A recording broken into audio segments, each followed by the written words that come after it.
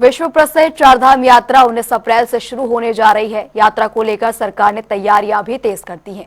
व्यवस्थाओं और सुविधाओं को लेकर बद्रीनाथ विधायक लखपत सिंह बुटोला ने खास बातचीत में तैयारियों का भरोसा दिलाया। इस विषय पर हमारे संवाददाता यशराज आनंद ने उनसे विशेष चर्चा की। देखिए रिपोर्ट। कालीन यात्रा के बाद अब चारधाम की यात्रा की शुरुआत होने वाली है। वहीं चारधाम की यात्रा से पहले हमारे साथ हैं बद्रीनाथ से विधायक लखपत सिंह बुटोला। आइए बात करते हैं कि इस यात्रा के बाद क्या हो सकता है। सर, शीतकालीन यात्रा के बाद अब ग्रीष्मकालीन चारधाम यात्रा शुरू हो रही है, वहीं बद्रीनाथ धाम में किस प्रकार से तैयारियां की जा रही है? क्या आपको लग रहा है कि शासन प्रशासन जिस तरीके से तैयारी कर रहा है, कितना इसको आप सही किस तरह से देखते हैं?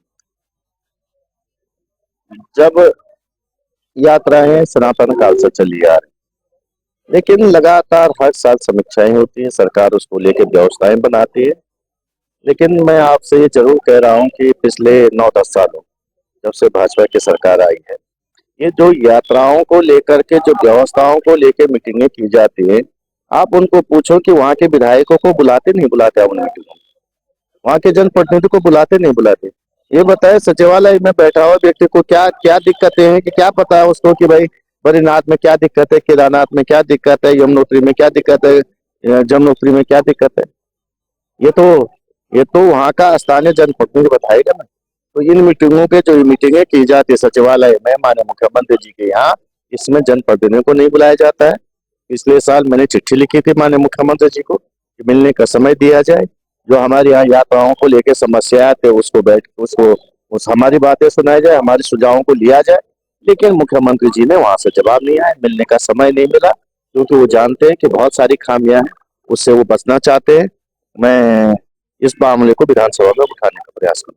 चारधाम यात्रा में इस बार रजिस्ट्रेशन शुल्क भी लगाया जा रहा है, इसको किस रूप में देखते हैं? जबकि कहा जा रहा है कि यह यात्रियों को सीमित करने, दूसरी बात शुल्क लगाने के पीछे का क्या उद्देश्य हो सकता है, किस रूप में इसको आप देखते हैं? एक तरफ तो सरकार कह रही है कि हमने करोड़ों रुपया इस पे खर्च किया है कि देवभूमि आई, देवभूमि में पर्यटन तीर्थाटन बढ़ाना है।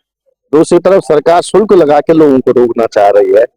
मैं आपसे पुनः कह रहा हूँ, यही मैं कह रहा हूँ कि हम लोगों को पूछ के सरकार कुछ भी नहीं कर रही।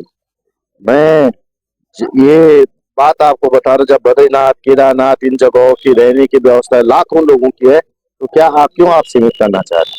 आज इंफ्रास्ट्रक्चर डेवलप हुआ, लोगों के होम स्टे डेवलप हुए, होटल ज्यादा बने हैं, रहने की व्यवस्थाएं ज्यादा हुई, सुविधाएं ज्यादा हुई, तो क्यों लोगों को रोकने का काम किया जाए?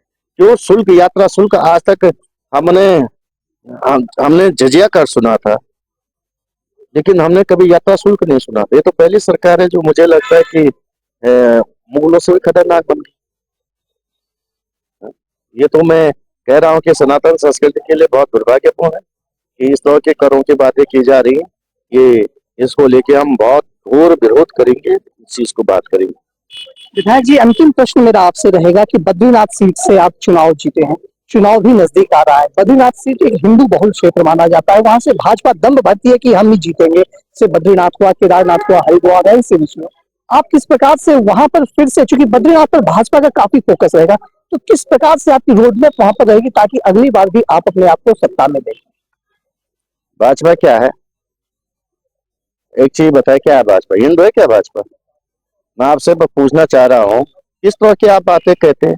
जो नैरेटिव वो सेट करना चाहते हैं, वो नैरेटिव को क्यों मीडिया सेट करती है?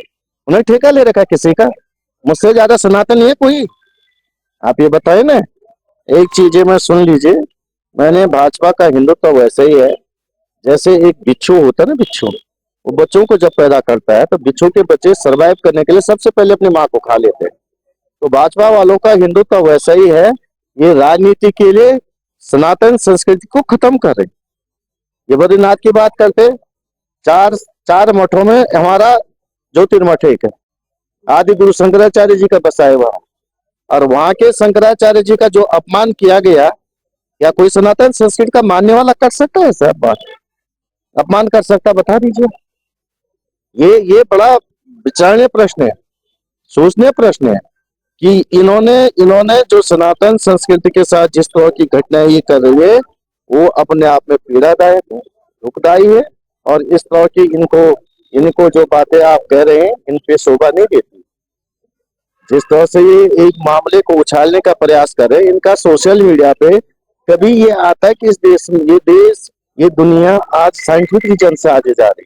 1947 में देश आजाद हुआ, पंडित नेहरू जी ने इस देश में साइंटिफिक रीजन के लिए साइंटिफिक इंस्टीट्यूट खोले, आईआईटी, एम्स, इसरो, डीआरडीओ, ताकि हमारे लोगों की तार्किक शक्ति बढ़े और दुनिया में राज कर पाए। ये अंधविश्वास में डाले देश को, अंधविश्वास के गर्त में ले जाने का काम करें।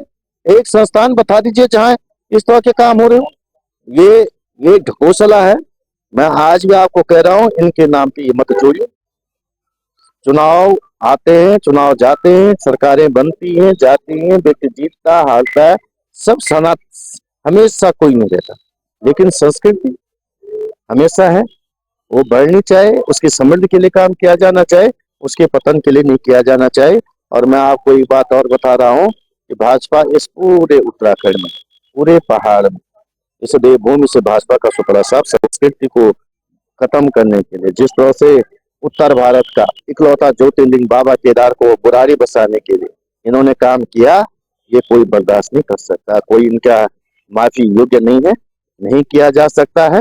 मैं आज भी आपको कह रहा हूँ, ये जो कर रहे हैं वो इस प्रदेश के लिए, इस राष्ट्र के लिए दीमक की तरह काम करे।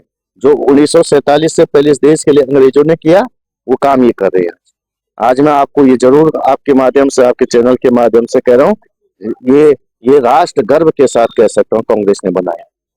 565 रियासतों को मिला के राष्ट्र बनाया, और इस राष्ट्र के एक एक ईंट जोड़े में कुछ कांग्रेस के लोगों ने अपना खून पसीना बनाया है। उनको इस राष्ट्र की चिंता, इस राष्ट्र की पीड़ा, इस राष्ट्र के विकास की बात होनी। मैं ये प्रदेश सीमांत प्रदेश है, मेरा विधानसभा सीमांत विधानसभा है। इस तरह की बातें करके राष्ट्र को कमजोर करने का काम किया जा रहा है। मैं आपसे पुनः कह रहा हूँ, सनातन संस्कृति पे अगर इन्हें करना है, इनका कोई भी नेता मुझसे डिबेट करके दिखाए, मैं बता दूंगा कि इसमें कितने सनातन संस्कृति थी।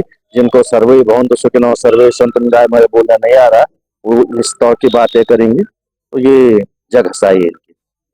तो हमारे साथ थे बद्रीनाथ से विधायक लखपत सिंह बुटोला। इन्होंने स्पष्ट रूप से कहा कि इस बार चार धाम की यात्रा में जो रजिस्ट्रेशन कराया जा रहा है, इसको लेकर के सबसे पहले बातचीत करनी चाहिए, और मीटिंग जो होती है चार धाम यात्रा को लेकर के, तो लोकल विधायक को भी वहां पर इन्वाइट करना चाहिए। साथ ही साथ इन्होंने आगामी चुनाव को लेकर भी कहा कि बद्रीनाथ सीट पे कांग्रेस विजय होगी और इस बार 27 में कांग्रेस जो है सत्ता में काबिज होगी। अब देखना यह है कि आगामी विधानसभा चुनाव में जनता किसे सिर पर ताज पहनाती है। कैमरा पर्सन अमित भट्ट के साथ मैं यश आनंद, जनता टीवी।